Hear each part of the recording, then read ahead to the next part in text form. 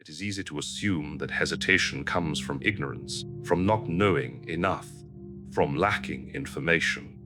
In reality, hesitation is often the result of knowing too much. The people who hesitate the longest with money are rarely careless. They are not impulsive. They are not reckless.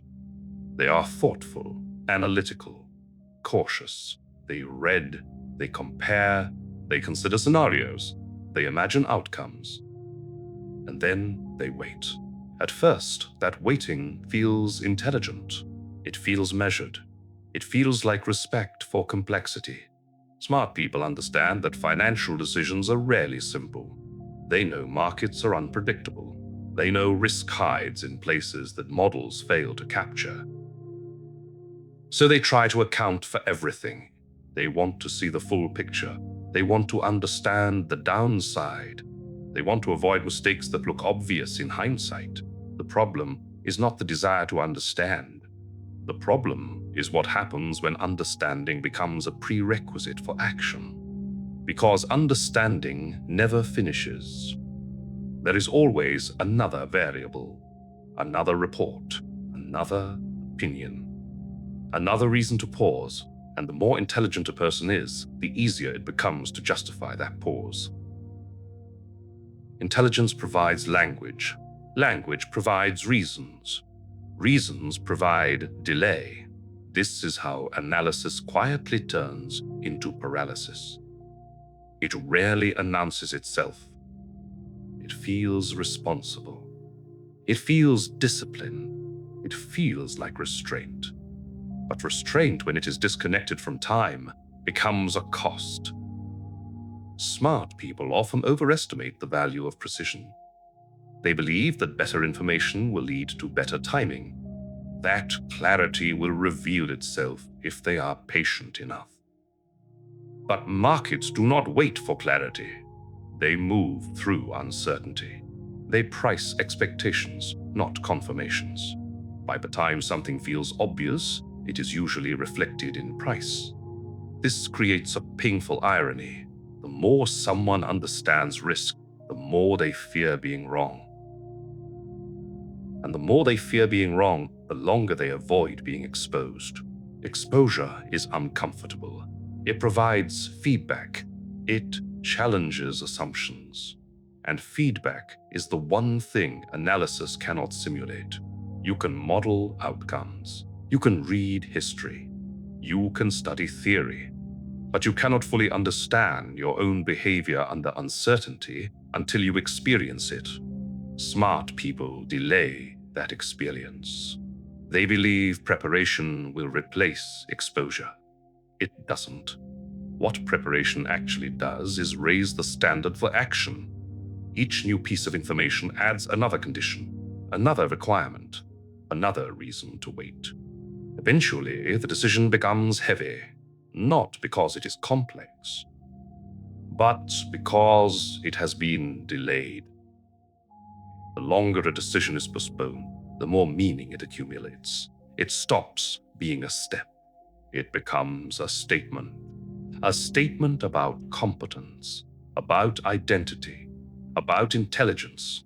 This is where hesitation becomes dangerous. Because now the decision is no longer about money. It is about self-image. Smart people do not want to make dumb mistakes.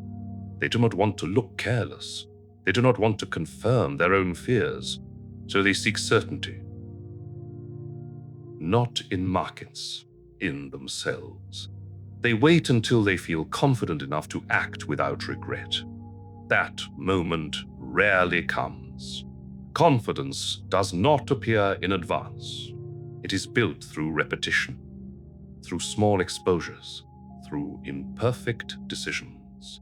But perfectionism resists repetition. It prefers singular, clean actions. This is why intelligent people often struggle with long-term investing. Not because they don't understand compounding, but because compounding requires consistency, not brilliance. Consistency is boring. It lacks narrative. It does not reward cleverness. Markets do not care how smart you are. They care how long you stay exposed.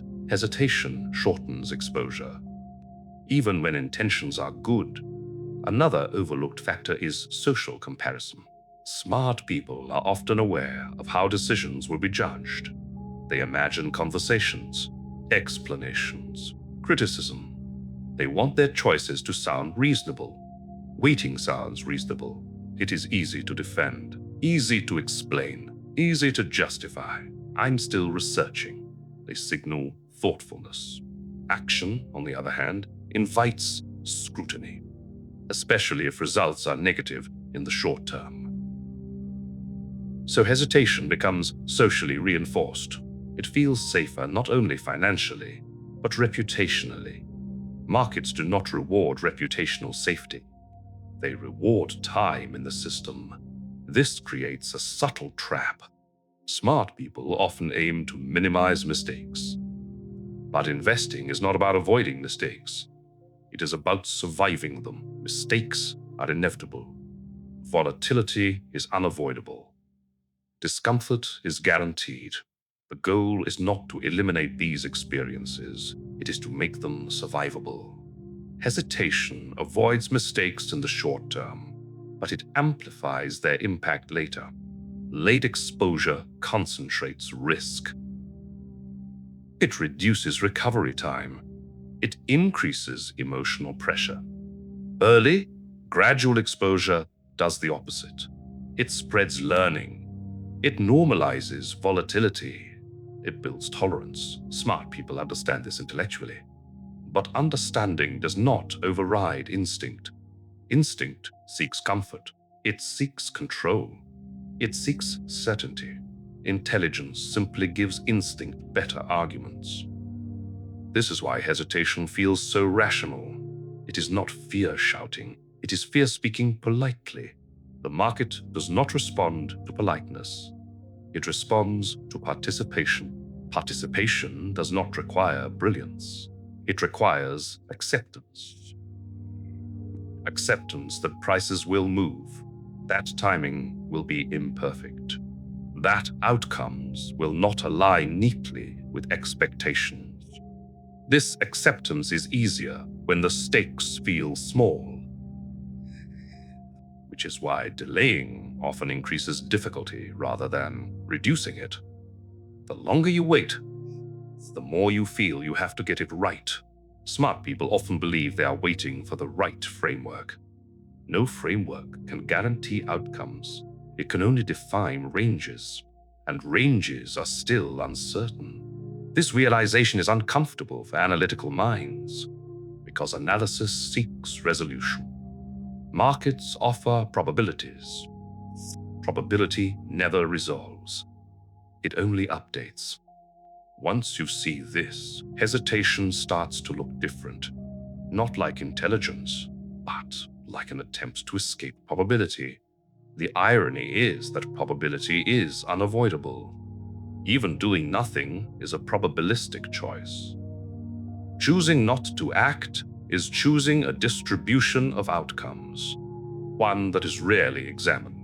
Smart people often assume that inaction is conservative, but conservatism is context-dependent. In a system that rewards time, inaction can be aggressive. Aggressive in how much it demands from the future. Aggressive in how much it assumes opportunity will remain available. Time is not neutral. It compounds both action and inaction. This is why some of the most informed people struggle the most. They see too many paths, too many risks, too many reasons to hesitate. And while they hesitate, simpler approaches quietly progress. Not because they are smarter, but because they are present. Presence matters more than precision over long horizons. This is not an argument against thinking. It is an argument against waiting for thinking to finish. Thinking does not finish. It evolves. Action provides the data that thinking needs. Without action, thinking loops. Smart people often confuse restraint with discipline, but discipline is not delay. It is consistency. Consistency requires starting. Starting requires accepting imperfection. The hardest part of investing is not choosing what to buy. It is choosing to begin without full certainty. Once that threshold is crossed, everything else becomes easier. Not easy, but easier. The market does not ask for confidence. It asks for endurance. Endurance is built through exposure, not analysis. This is why intelligence can be a liability, not because it is harmful, but because it can delay the experiences that build resilience. Resilience comes from surviving uncertainty, from watching volatility and staying engaged, from realizing that discomfort does not equal danger. Smart people know this, but knowing is not the same as doing. The gap between knowing and doing is where hesitation lives. Bridging that gap requires humility. The humility to accept that you will not outthink uncertainty, that you will not eliminate regret, that you will not time things perfectly. Once that humility is present, action becomes lighter, less dramatic, less loaded. It becomes a process rather than a verdict, and processes are repeatable. Repeatability matters more than insight. Over time, the people who do well are not those who were smartest at the beginning. They are those who stayed involved. They adjusted. They learned. They adapted. Hesitation, delays, adaptation. And adaptation is what markets reward. This is not financial advice. It is a way of thinking about intelligence, hesitation, and the quiet cost of waiting too long. There is another dimension to hesitation that rarely gets acknowledged. Smart people often internalize responsibility more deeply. They feel accountable not just for outcomes, but for the reasoning behind them. If something goes wrong, they replay the logic. They search for the flaw. They question their judgment. This self-audit can be productive, but it can also make decisions feel heavier than they need to be.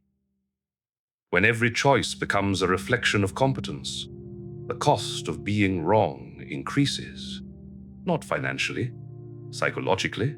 So hesitation becomes a form of self-protection, not from loss, but from self-doubt. The mind convinces itself that more preparation will prevent regret. But regret is not prevented by preparation. It is prevented by acceptance. Acceptance that outcomes are uncertain. Acceptance that mistakes are part of learning. Acceptance that no amount of intelligence can remove randomness. Once this acceptance is in place, decisions lose some of their emotional weight. They stop being tests of intelligence. They become steps in a process. This shift is subtle, but it is transformative. It allows smart people to use their intelligence where it matters most. Systems that assume imperfection. Systems that expect volatility. Systems that do not depend on being right at the beginning. Hesitation fades when systems replace singular decisions, because systems do not demand certainty. They demand consistency, and consistency, over time, outperforms hesitation. Another quiet cost of hesitation is how it narrows future choices.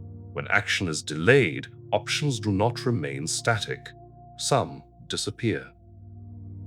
Others become more expensive. Others require greater risk to access. Smart people often assume that waiting preserves flexibility, but in dynamic systems, waiting often reduces it. Flexibility depends on timing, on entering before constraints tighten, on participating while ranges are wide. Hesitation compresses those ranges. By the time certainty feels higher, flexibility is lower. Choices are fewer. Trade-offs are harsher.